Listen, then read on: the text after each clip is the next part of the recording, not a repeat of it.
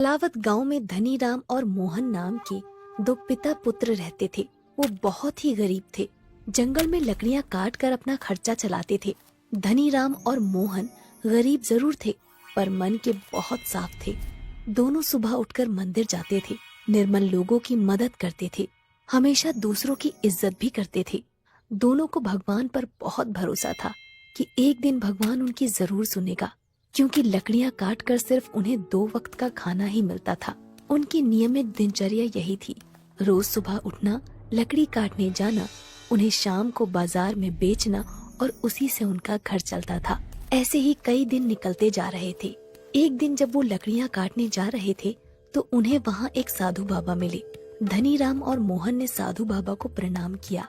पलटने वाली है, जल्द ही किस्मत पलटने वाली है। क्या कहा बाबा जी? किसकी किस्मत पलटने वाली है? तुम्हारी किस्मत पलटने वाली है धनीराम। मैं चेहरा पढ़ सकता हूँ, किस्मत बता सकता हूँ। कहाँ बाबा जी? मैं तो गरीब हूँ और गरीब ही मर जाऊंगा। मेरी किस्मत में धन कहाँ? मेरी जिंदगी तो लकड़ियाँ काटने में ही गुजर जाएगी। तुम फिक्र मत करो धनीराम, ईश्वर तुम्हारी जल्द ही सुनेगा। देखना, एक दिन यही लकड़ियाँ तुम्हारा भाग्य खोल देंगी। बस इस बात का ध्यान रखना, जो भी तुम्हें मिले उसमें संतुष्ट रहना, ज्यादा की लालसा मत करना। जी बाबा जी। धनीराम और मोहन बाबा जी के सामने हाथ जोड़कर आगे निकल जाते हैं। तभी एक दिन मोहन जंगल में लकड़ियां काट रहा था और लकड़ियां काटते वक्त उसे 3 कोका कोला की बोतल मिली। उसने तुरंत धनीराम से कहा, पिताजी, पिताजी देखिए मुझे क्या मिला। धनीराम उन बोतलों को देखता है और कहता है, अरे ये तो 3 कोका कोला की बोतलें हैं। आओ पिताजी जरा आराम करें और इन कोका कोला की बोतलों से अपनी प्यास बुझाते हैं। पर जैसे ही मोहन पहली कोका कोला की बोतल खोलता है तो एक बोतल से बहुत सारी कोका कोला की बोतलें निकलना शुरू हो जाती हैं और वो ये देखकर घबरा जाता है और वो झट से ढक्कन को बंद कर देता है। फिर वो दूसरी कोका कोला की बोतल का ढक्कन खोलता है और उसमें से चिप्स के पैकेट और नमकीन निकलना शुरू हो जाते हैं। वो इसको भी तुरंत बंद कर देता है।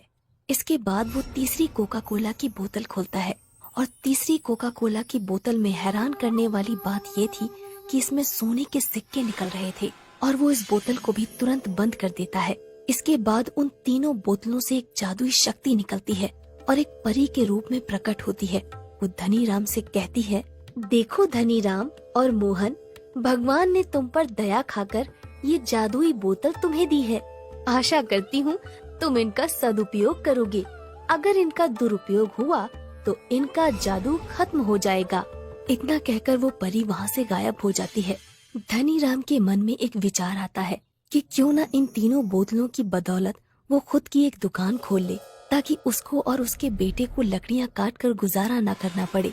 वो भगवान को शुक्रिया कहता है और रातों रात बहुत सारी कोका कोला की बोतलें और बहुत सारे चिप्स के पैकेट बना लेता है। उसकी रातों रात दुकान देखकर गांव वाले आश्चर्य में पड़ जाते हैं कि धनीराम एक दिन में इतना धनी कैसे हो गया। कल तक जो धनीराम लकड़ियां बेचकर गुजारा कर रहा था, वो रातों रात इतना अमीर कैसे हो गया। सब लोग जानना चाहते थे कि धनीराम के हाथों ऐसा क्या जादू लग गया है। आसपास के गांव में उसके नाम की चर्चा होने लगी। उसकी दुकान भी अब अच्छी खासी चलने लगी थी। धनीराम सिर्फ दिन में एक बार बोतलों को खोलता, फिर जितनी भी कोका कोला की बोतलें और चिप्स निकालता वो उन्हें दुकान पर बेचता और सोने के सिक्कों को एक अलमारी में रखता। पर उसका बेटा मोहन चाहता था, जब हमारे पास जादू की बोतलें हैं तो क्यों ना हम जल्दी ही अमीर बन जाएं। हमने अपनी आधी जिंदगी लकड़ियाँ काटी है, तो क्या भी आधी जिंदगी ये बोतलें बेचने में गुजार देंगे क्या? क्यों ना हम बहुत सारी कोका कोला की बोतल बनाएं और बहुत ज्यादा नमकीन बनाएं और ज्यादा से ज्यादा सोने के सिक्के बनाएं। ये बात उसने अपने पिता धनीराम से कही। पिताजी, क्यों ना हम उन बोतलों का सही उपयोग करें।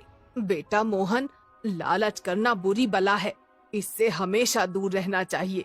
जितना मिल रहा है उतना ही खूब है। आखिर हमारे पास पहले था ही क्या। इन जादुई बोतलों ने तो हमारी जिंदगी ही संवार दी है। भगवान का लाख लाख शुक्र है जो उसने हम पर ऐसी कृपा करी। ऐसा कहकर धनीराम सोने चला जाता है, पर मोहन को ये बात कहाँ समझ आने वाली थी और वो मन ही मन सोचने लगता है, पिताजी भी ना बस ज्ञान ही ज्ञान बांटते रहते हैं। ऐसा सोचकर वो भी सोने चला जाता है। एक दिन धनीराम कहता है, बेटा मोहन, मैं पास वाले गांव जा रहा हूँ। तुम आज दुकान का काम संभाल लेना और जादुई कोका कोला की बोतलों से सामान बना लेना। मैं शाम तक घर लौटूंगा। मोहन तो इसी दिन की फिराक में था कि कब उसके पिताजी धनीराम बाहर जाएं और वो मौके का फायदा उठा ले। धनीराम दूसरे गांव चला गया। मोहन ने दरवाजा बंद कर लिया और बोतलें खोलने चला गया। उसने तीनों बोतलों को एक एक करके खोला और सामान बना लिया और तीसरी बोतल से सोने के सिक्के। इसके बाद उसने तीसरी बार उन बोतलों को खोला और इस बार भी उसने सामान और सोने के सिक्के बना लिए।